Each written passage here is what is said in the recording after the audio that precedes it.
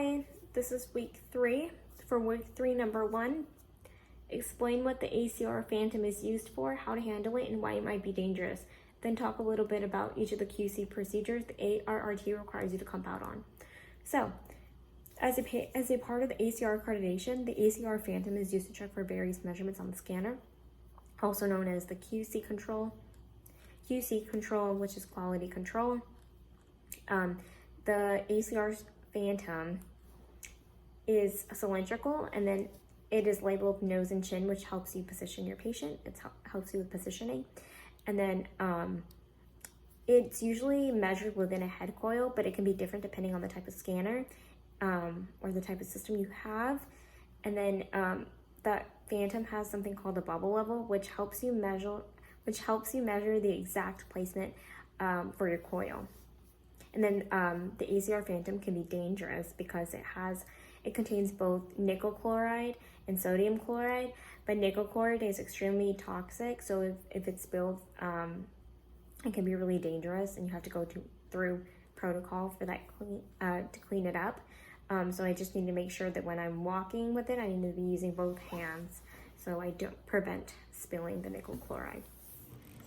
The QC procedures the ARRT requires us to compound on are the transmitter gain, which is basically how much RF energy is required to create a 90-degree RF pulse. Then we have the measurement accuracy, which is measured on slice 5 of the Phantom, and it measures the height and width of the scan plane.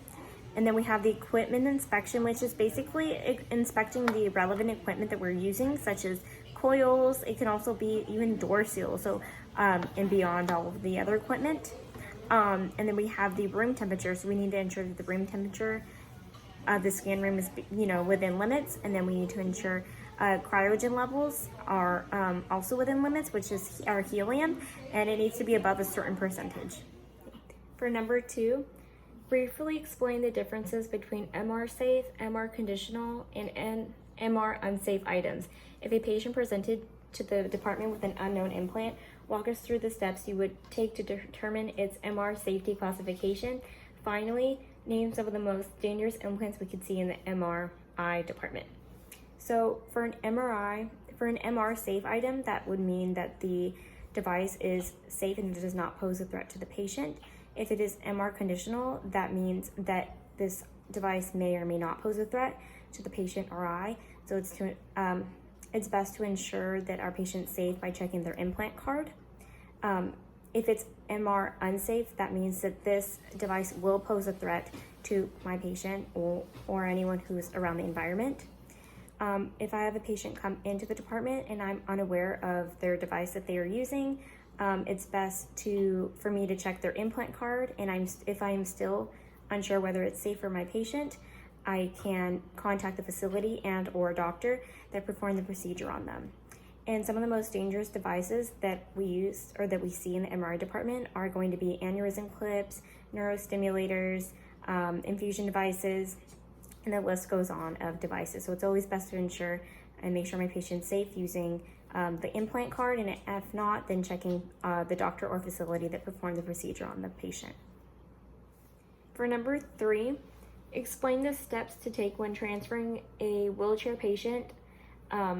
Then walk through the steps for doing a lateral transfer from bed to bed or cart to cart.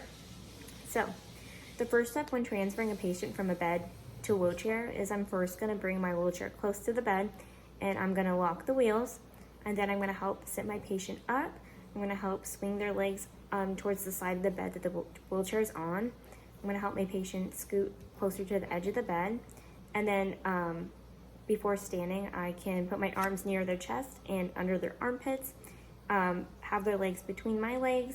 I'm going to transfer my weight back and use my legs to help lift them up and keep my back as straight as possible when standing.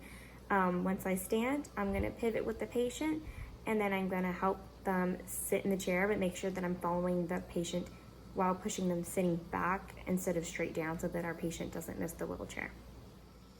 For a lateral transfer, I want to make sure that I have whatever bed or table that I'm going to have is going to be right next to the bed that I'm going to be transferring to. I want to make sure that the head of the bed of both beds are flat, and I want to at least have 2 people to be assisting with me. So I can have one person, maybe me or my helper, my partner.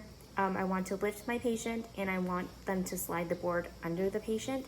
And then once that board is under my patient, we can lie my patient flat. Once my patient is lied flat and on the board, on the count of 3, we can slide them over to the next table. Once my patient is positioned on the next table, I can pull the slide out, and then I can get them situated, make sure that they're safe, ask them if they're needing any pillows or blankets. So I have my wheelchair here. This is my wheelchair. I'm gonna lock my chair before assisting my patient, so I don't have to worry about it once I'm holding my patient. I'm gonna help sit my patient up. I'm gonna swing her legs over the bed. I'm gonna scoot her bottom closer to the edge. Okay, and then I'm gonna put her legs between mine and wrap under the armpits, and I'm gonna sit her up, and I'm gonna pivot, and I'm gonna sit her back down.